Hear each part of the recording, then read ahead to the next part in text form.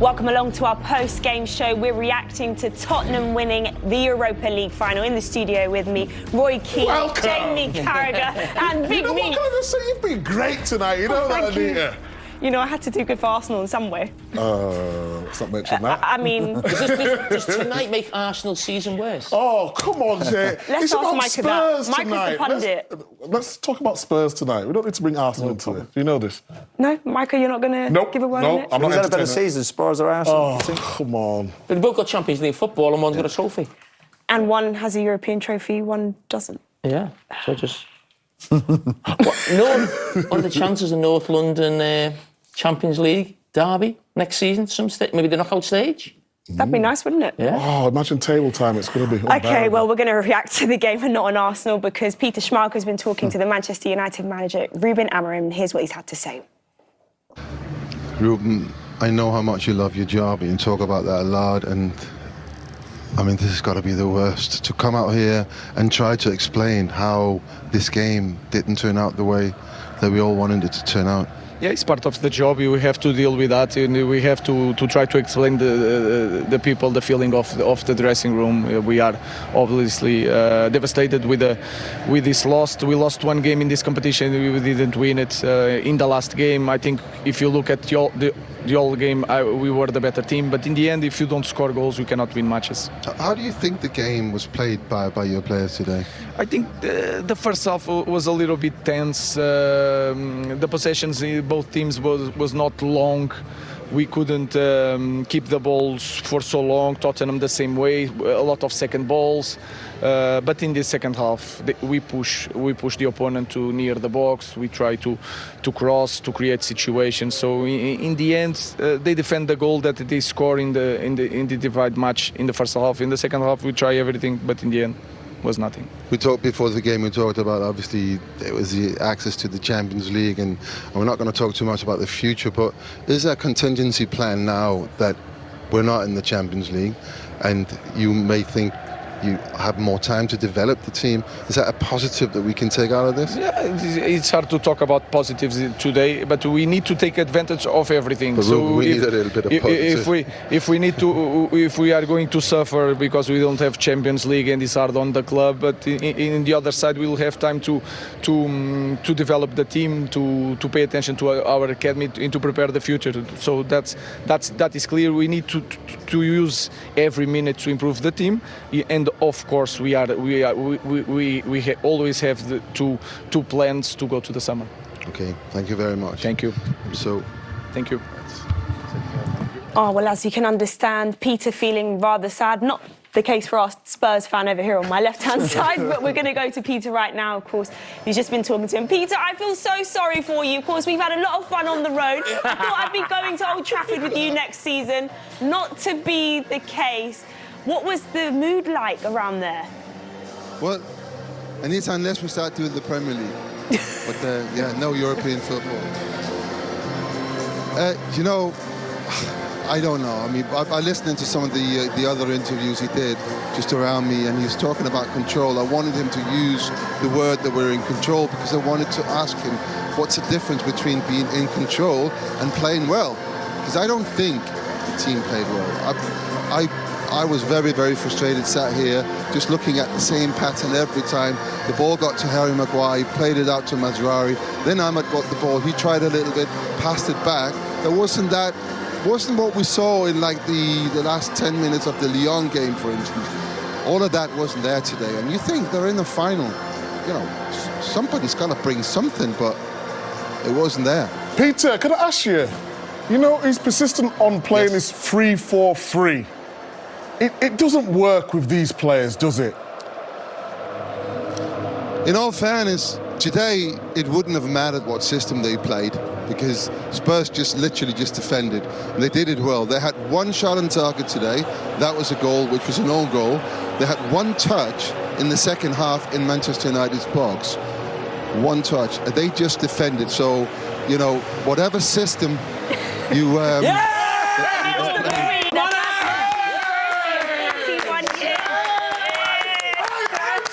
You're always winning your second season, mate. How does that feel? Come on, I've been backing you all season. I love your football. You've had your injuries, young players, but you did it tonight. Yeah, I can't say the same for everyone on the panel. Ange, can you put into words how you're feeling? Look, it's just, I don't know. I can't put it into words, to be honest. I know what it means to the football club. I know what it means to supporters. And look, it's no secret we've had a tough year, but I've just had this thing inside me, you know, kind of the back half of the year of just one focus, one target. I just felt that, you know, this was it. And to achieve it today, like I said, I know what it means to the club. You know, it's had the tag of sort of a nearly team for a long time. And the only way you break that is by winning things. And we did that today. And you've had a long sort of managerial career in different countries, different clubs. How tough has it been for you this season, having to deal with sort of, you know, the defeat in sort of every press conference after the game, and then you've got to build up to the next game, and obviously you've had lots of games because obviously of the Europa League run that you've been on. Has it been tough for you as a manager individually? Look, it's been the toughest couple of years I've had in my career, and I knew it going into it because I knew what I was going into. You know, this football club's had world-class managers and you know, a lot better credential than I am, and haven't been able to get there. So I knew I had a massive challenge in front of me this year. Obviously, added stress of, you know, the injury situation we had and trying to navigate that. Jamie, like I said, I've just had this laser focus on, you know what, I still believe we could win something this year. We went deep into the Carabao Cup. Once we got knocked out of that, my focus just became Europe, and it's cost us. It's cost us in the league, and that's down to me. But I just had a feeling inside me that this was achievable this year, and you know, I'm thankful it all worked out. And you've spoken a lot about the fact that what a trophy could do for this club, not just this team, but almost the club. Because you've felt for a long time almost like the club's looked down on, and you have that terminology of Spursy. What do you think this trophy can actually do, not just for you and this team, but actually the club going forward in the future for, you know, years to come? Well, I'm really hoping that it does. It changes the way the club sees itself more than anything else. I mean, externally, you know, you can't really, you know, sort of adjust whatever people think about you, but how you feel about yourself is really important. And as a football club, you know, we've just been close so many times, and I could feel the nervousness every time, you know, in Europe. Every time we got close to something, there was always this, what if it's another year where we miss out? So we've done it now, so that's the monkey off the back. So now the club can sort of stand tall, and hopefully it does. You know, it looks at itself a bit differently and tries to challenge for more trophies. You've won one now, so there's nothing stopping you winning again. Hi, Ange. Roy Keane here. I just want to say, Ange, well done. Absolutely fantastic. Brilliant performance. Thanks, was it part of your tactic with so long to go just to sit back in and shut up shop, really? Did you think one goal would be enough? Did you actually believe that? Yeah, I thought we could, Roy. We've been really disciplined in Europe away from home. I mean, I think we kept a clean sheet at Frankfurt. We kept a clean sheet at Bodo away from home, and very similar performances. And this group's, you know, got that resilience in them now. Look, it makes a difference when I've got Van der Ven, Romero, Udogi, Vicario, you know, and then, you know, Bissouma and obviously Pyro right back, but Bissouma and Bentancur. It's a real solid sort of foundation for us, and I just felt with United, if we got ahead, then I thought they'd find it really hard to break us down and we'd be a threat on the counter-attack. We weren't as great in transition as I wanted to be, but, you know, they had some chances, but I just felt we were strong and resilient enough to keep them out. Ange, one more from Big Meeks himself. I know this is not the Champions League show, this is Europa League, but I would like to ask you, who's your favourite on the show, before you go? Well, it's not me. Might not be Thierry either. I'm the only Spurs fan here, Ange, by the way. I'm the only Spurs fan. He's come clean now. Hey, we were all Spurs fans tonight. Yeah, no, you're definitely a declared Spurs fan. We got you in our camp, Roy. Yeah, look, I love what I do. I'm so blessed to be able to, you know, do what I love every day, and I've got beautiful people around me and my family. And so even in the hardest of days, I still think, you know, I had to pinch myself today, to be honest. I got mates who come from Australia, and part of me was thinking I should be in the stand with them, just enjoying the spectacle, you know.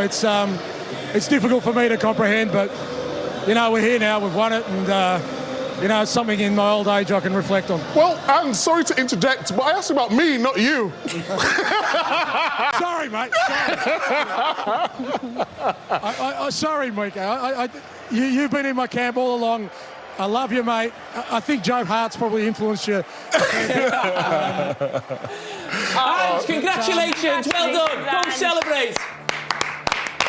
Thank you, guys. I will. Thank you. So there you have it. Celtic connections, you know what I mean, with Joe Hart, the reference, just in case you... Well, I feel like there's a couple of things we need to address because Roy all of a sudden comes out at the end of the show. I'm a Spurs fan. Well, he said it before, he said it before. You have said it his before. favourite, you know, there's a Spurs fan here. You know what he's like? He's like Don King. Whoever, you know, he just whatever box him up. What are you going to say if you speak to Amorim? Oh, listen, tough going. That's brutal. Life of a manager. No, the top level sport is brutal. Yeah. But you have to sometimes lose to win. Listen, it was a tough on United, but this is about Spurs tonight. It was about Palace last weekend. You have to congratulate Spurs. Fantastic. United, we'll see what kind of team they are, or group they are now to bounce back next season. But long summer ahead for United.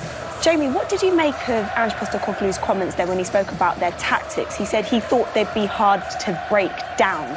Well, listen, I've been critical of Ange Postecoglou and he referenced that and we had the laugh and the choke, and rightly so. But what I loved tonight was he went to 5 at the back. He brought Danso on at the end of the game, and that's the type of thing I've been calling for. If you're not at your best, OK, how can we nullify the opposition? Because Manchester United were getting on top second half, and it felt to me like not that they were getting chances, but they were just getting sort of territory. And he changed it, and he did something different. And Danso made a header, I think, with about 5 or 6 minutes to go, one of the best pieces of defending that we saw in the game. And I love that.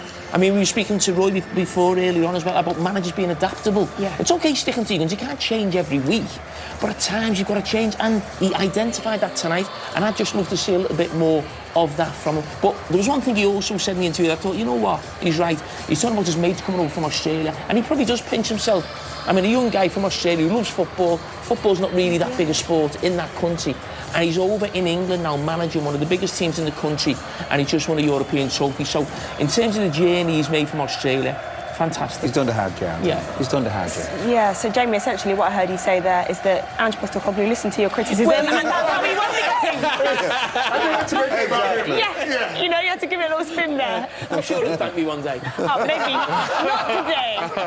But Micah, what stood out to you from what he said there? No, I just think he's a great human being. Yeah. In terms of... Have you ever met him? I've met him a couple of times, actually. And when they finished 5th in the first season, we thought they'd have the momentum from that season going to this season, but he's been a little bit spiky. You've seen a little bit more of his personality, but I just love it for him.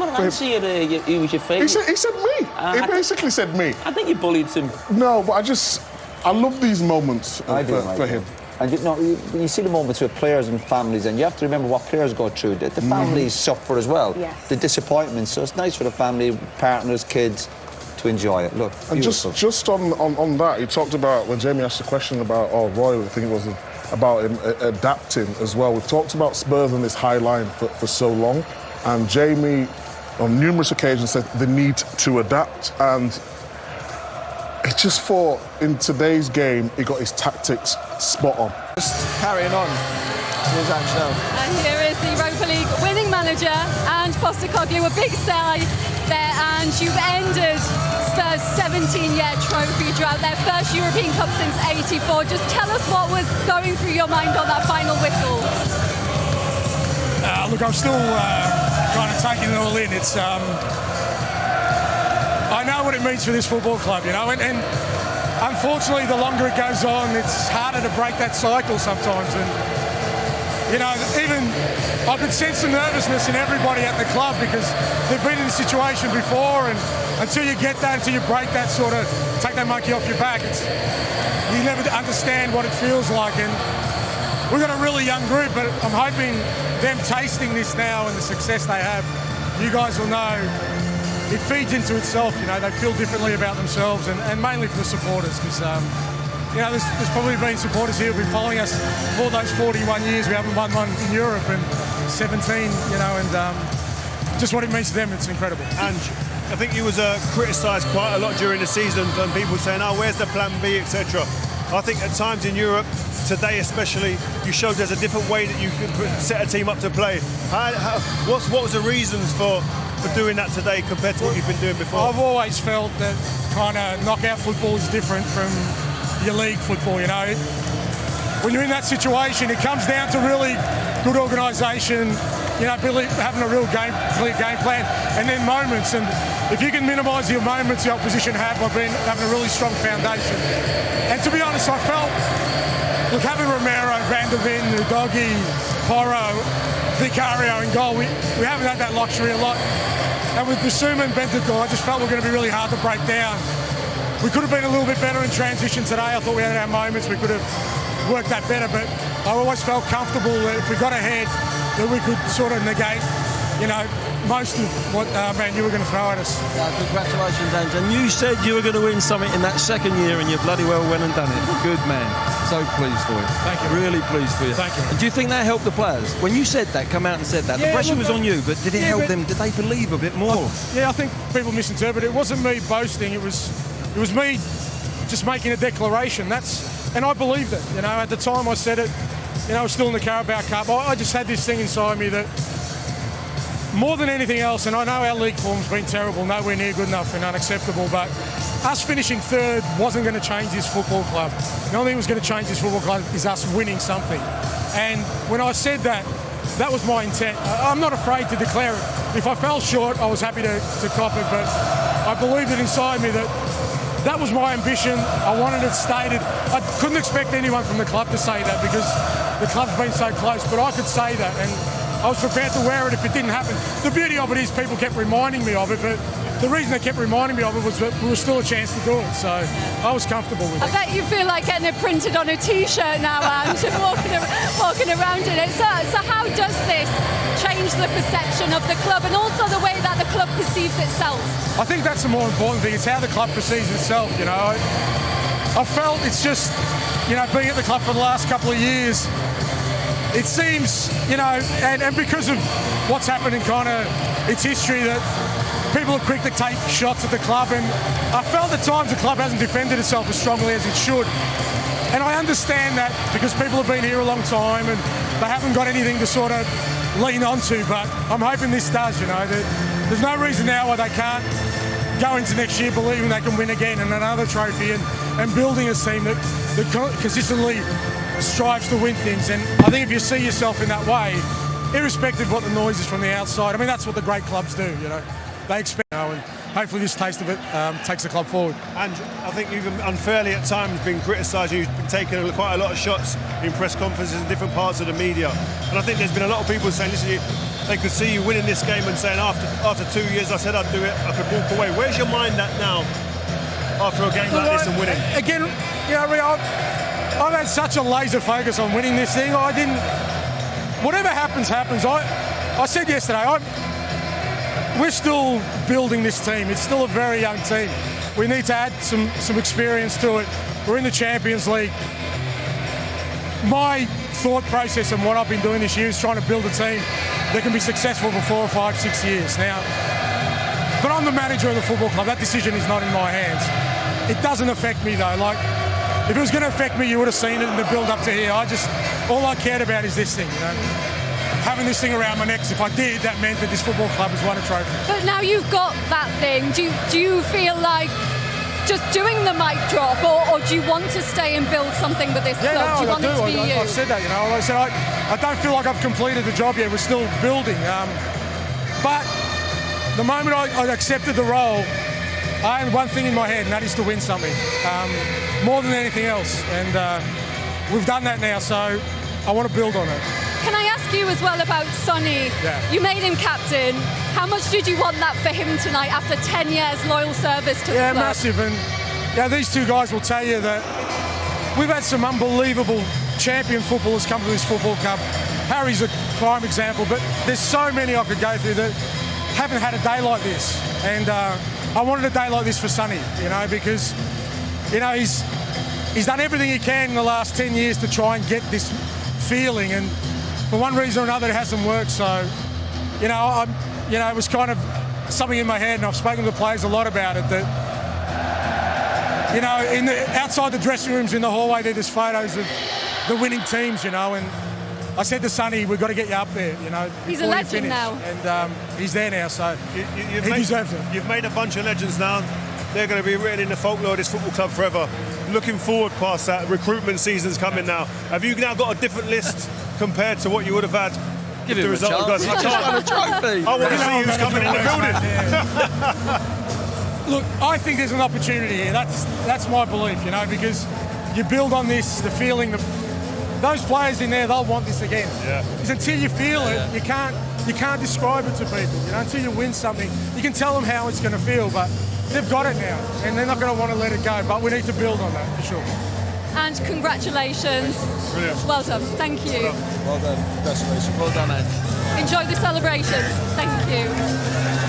Do you know what? When you speak to him, he's like a lovable character, isn't he? Yeah. He's warm. Yeah. He brings you in, doesn't he? And he's got that human side to him. Rio, he showed a lot of class. Yeah. You know, the final whistle goes and your emotions are up there, and he spent some time with his staff, and then the next thing he's gone to every Manchester United player just to console them, and that's really top class. That is. He's getting the alley love there now. I know.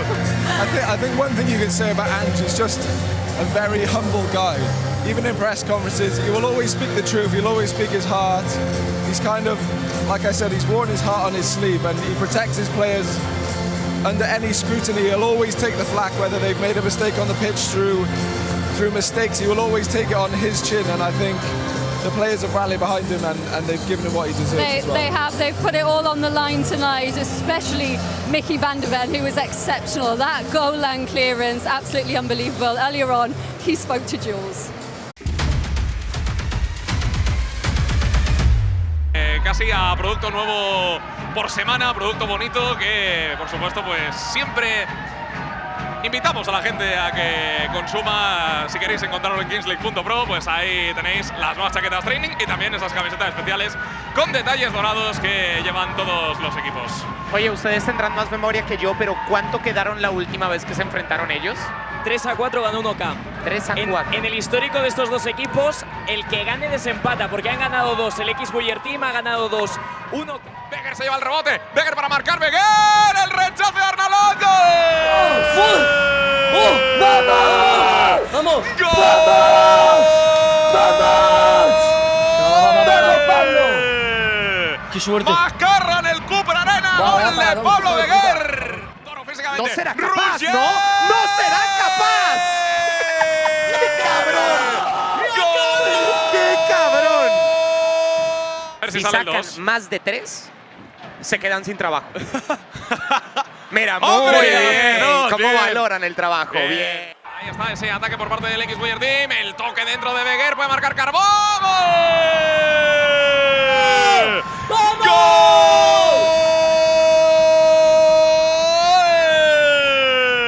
Pablo Becker. Becker que quiere poner el centro por delante. Finalmente lo pone por detrás del defensor. Carbó la pista. Carbó. No jodas.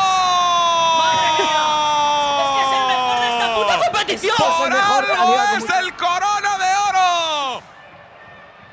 China la juega atrás, no se decidió a tirar. Granero busca su perfil, Granero. Golazo. ¡Gol!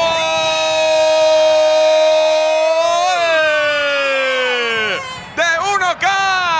Marca Granero. Y sí, otra vez lo ha vuelto a hacer. Buller, mira, no, Gol doble. Gol doble, claro, porque tiene sanción. Ah, claro, vale. Sanción, efectivamente. Grande. Claro que sí. Bueno, sinceridad ante todo. Ahí está. Juanma el toque. ¡Gol! Vale. ¡Velilla! ¡Gol!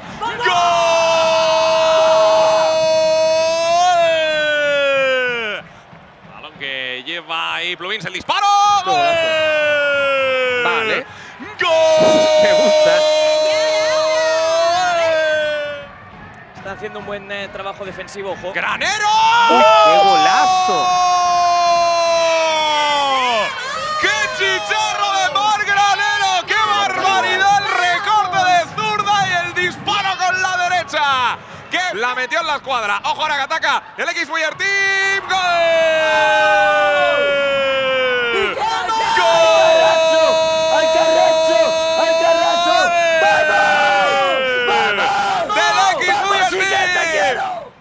Va a pegar Fuad en la falta.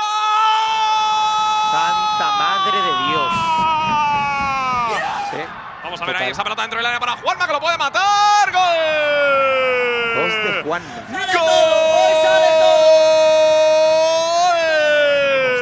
Sí, no podía ser otro que Roger Carbó. No sé si te imaginabas que tu vuelta iba a ser de esta manera. Pues la verdad que no, o sea, ha sido la vuelta ideal. Hat-trick, partido de octavos y mañana jugamos cuartos, o sea, ha sido ideal. Aunque el trabajo no, o sea, me lo llevo yo, pero el trabajo es de todos. Hemos trabajado mucho y al final los resultados se han visto reflejados en el campo, así que muy contento. Parecía o puede parecer que sois el rival más débil por todas las bajas, pero en los pasillos se comenta que nadie quiere enfrentarse a vosotros. Bueno, a ver, yo escuché una persona que dijo de Gigantes que quería enfrentarse a nosotros, así que mañana a las 9 no te preocupes, que estaremos aquí con muchas ganas, y más después de esas declaraciones. ¿Sabes por quién voy? Yo no lo sé quién es. No lo voy a decir, esta persona lo sabe. Bueno, pues enhorabuena. Muchas gracias.